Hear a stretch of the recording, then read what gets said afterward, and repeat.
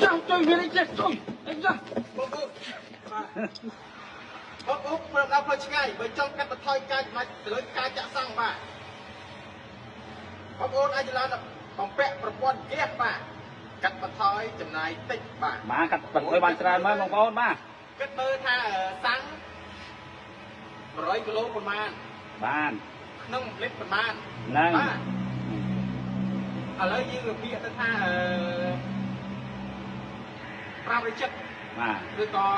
បាទ500ចិត្តឥឡូវថា100 គីឡូចំណាយអស់$150 បាទអានេះយើងថា100 គីឡូ$150ណា បាទហ្នឹងហើយ តែបើយើងចាក់ហ្គាសវិញប្រហែលអូនគឺទៅបាទពី$50ទៅ$60ទេបាទ ហ្នឹងចាំឲ្យជិះប្រហែលបងប្អូននេះបាទចំណេញមិនទៅប្រហែលបងប្អូន ជាមួយនឹងឈុត gold បាទ super gold ប៊ិចស្ពាន់ក្បាលស្ពាន់ អូសាណាបងប្អូននេះ ស្មួយល្អបាទ របស់ប៉ុនប៉ូឡូនហើយក៏មានការធានាបាទធានាជូនពុកម៉ែបងប្អូនរយៈពេល2ឆ្នាំបាទ